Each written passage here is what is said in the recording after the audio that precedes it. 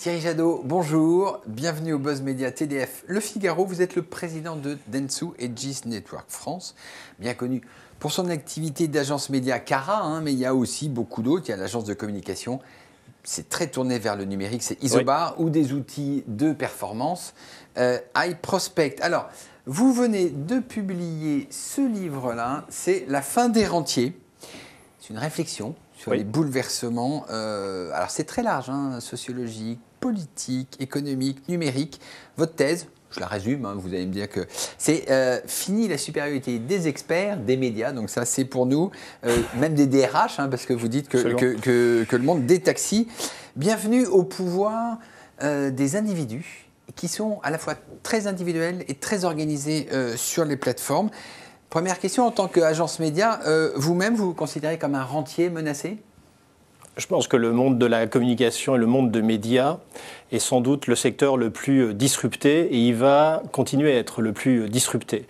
Donc on a bénéficié effectivement d'un certain nombre de protections, puisqu'il était très difficile d'entrer sur nos métiers, en particulier dans un de nos métiers qui est le métier d'agence média. Et aujourd'hui on voit arriver à la fois des concurrents qui sont aussi des partenaires, et je pense aux GAFA, parce qu'ils jouent ce rôle et parfois ils ont des relations directes avec un certain nombre de nos clients pour faire des propositions qui ressemblent étrangement aux nôtres. Et puis on voit arriver aussi les entreprises de consulting qui vont dans l'univers numérique faire du conseil en matière de transformation, ce que nous faisons aussi. Donc tout a été bouleversé, on le voit, et vous le dites pas mal dans le livre. Ça impacte même la vie politique, puisque l'élection de Donald Trump, tous les médias ont eu tort, je vais caricaturer, mais c'est vrai, donc les rentiers. En revanche, on a accusé Facebook d'avoir, d'une manière ou d'une autre, à cause de son algorithme, favorisé l'élection. C'est vrai ou c'est encore une invention ? La vérité, c'est que les médias sociaux sont en train de prendre, les réseaux sociaux sont en train de prendre une importance considérable dans la victoire ou la défaite d'un candidat. Et quand on analyse ce qu'a fait Trump depuis des mois et des mois, c'est qu'il a su parfaitement utiliser Twitter, il a parfaitement su utiliser Facebook, il a utilisé YouTube, etc. pour lancer des ballons d'essai. Il faisait des ballons d'essai le matin sur Twitter.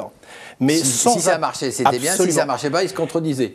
Et c'était pas grave. Et puis si ça marchait, comme par hasard, dans le meeting du soir, dans son speech, il reprenait ce qu'il avait imprimé durant la journée auprès du public. Et donc il a su parfaitement jouer l'ensemble des médias dits traditionnels comme la télévision avec la massification d'un point de vue d'audience, mais également les réseaux sociaux. Mais alors, on a vu là aussi en France, sur la primaire de la droite et du centre, les sondages là aussi, alors on peut dire qu'ils ont été surpris, on peut dire qu'ils se sont trompés, peu importe. En revanche, on voyait déjà l'émergence du candidat Fillon sur les réseaux sociaux nettement avant. Bien sûr. Donc il faut jeter tous les sondeurs et tous les médias et ne regarder que les réseaux sociaux ? Non, il faut avoir un regard plus vaste, un regard omnicanal sur ce qui se passe dans la société française. Les sondeurs, globalement, fonctionnent avec des panels. Sauf que vous avez des données sur les réseaux sociaux qui sont des données en temps réel sur ceux qui impriment et ceux qui n'impriment pas. Et vous pouvez... Mais ils ne sont pas qualifiés, ils ne sont pas panélisés, ils ne sont pas représentatifs. Ils ne sont pas représentatifs. Il y a une vérité qui émerge, il y a une vérité c'est une matière brute. Sauf que vous pouvez quand même regarder à la fois sur Google quelles sont les requêtes par les utilisateurs. Vous pouvez regarder, quand vous êtes sondeur, vous pouvez regarder qu'est-ce qui imprime sur Twitter, qu'est-ce qui est repris, qu'est-ce qui est commenté. Vous pouvez regarder si ceux qui reprennent les informations ont une position neutre par rapport au débat ou si ils ont une position militante.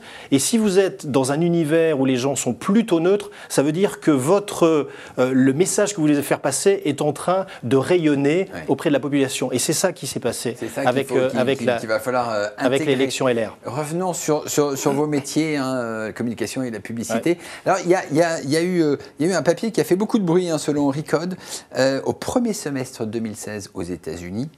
Facebook et Google, à eux deux, se sont partagés plus de 100%, 105% de la croissance du marché de la publicité numérique, ce qui veut dire que tous les autres, absolument tous les autres, ont été en baisse.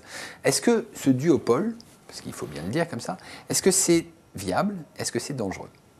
J'ai envie de dire, ce que je raconte dans ce livre, c'est deux choses. La première, c'est qu'il faut embarquer le plus de monde possible dans les mutations numériques pour laisser personne au bord de la route. Mais que ces mutations, elles présentent un risque majeur, c'est de voir émerger une nouvelle aristocratie digitale qui capterait l'essentiel de la richesse. Et il est nécessaire, si on veut préserver de la pluralité, si on veut préserver nos démocraties telles qu'on les aime, qu'il y ait beaucoup d'acteurs, y compris Google, y compris Facebook. Donc ce que vous dites sur la part d'investissement qui est en train de capter Google et Facebook, qui grossit énormément en Europe aussi, c'est une vérité. Et c'est pour ça qu'il faut aider les acteurs. Il faut sans doute, pas sans doute, il faut de la régulation. Le bon échelon, c'est l'échelon européen pour réguler, les pratiques éthiques, le fait que tout le monde paye les impôts de la même façon en Europe, qu'il n'y ait pas d'avantage concurrentiel qui soit un désavantage pour les médias traditionnels. Mais il faut absolument préserver cette pluralité. Je pense que la régulation est une bonne façon de le faire. Vous appelez à la pluralité, mais on le voit dans le monde numérique, le principe même d'une plateforme, pour qu'elle marche, c'est qu'il faut qu'elle soit très vaste et qu'elle capte l'intégralité, j'allais dire, des discussions. Facebook n'a... son intérêt principal, c'est qu'effectivement, il y a 1,7 milliard de personnes qui y conversent. Une multiplicité de plateformes n'aurait pas autant de puissance, ni de rayonnement, ni de pertinence.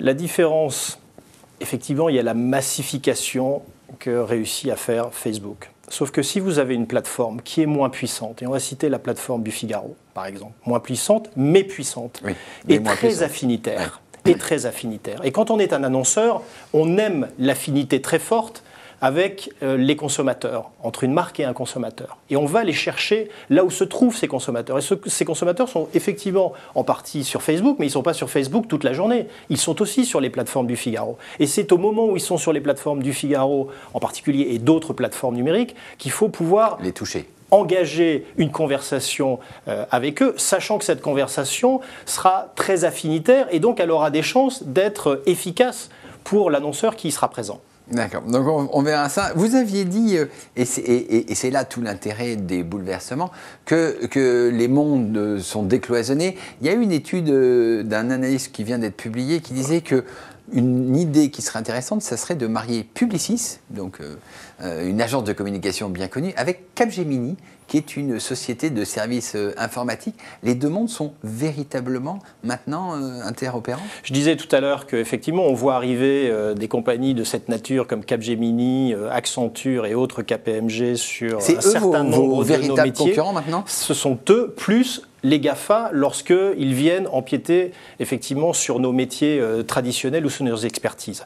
Ce que je crois, c'est que oui, ce sont des mariages possibles. Oui, il y a des collaborations possibles. Il y a même des collaborations possibles que j'essaye d'engager sur la transformation numérique avec des cabinets de chasseurs de tête parce qu'on peut très bien travailler ensemble pour aider des entreprises à adopter la culture numérique et faire en sorte que les générations se parlent, etc., etc.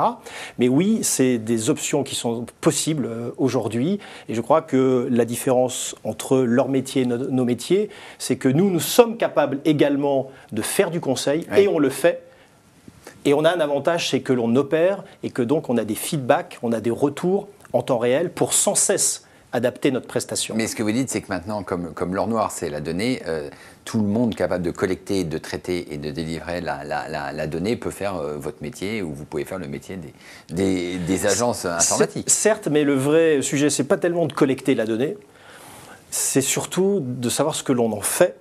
Et c'est pour ça que les métiers, y compris de journalistes par rapport à ce qui se passe sur les réseaux sociaux, est si importante. C'est quelle valeur ajoutée ils vont donner à l'ensemble de ces données collectées, que ce soit sur Twitter, Facebook, etc. C'est en ça que je pense qu'il y a nos métiers ont beaucoup d'avenir, à condition de leur donner une véritable valeur.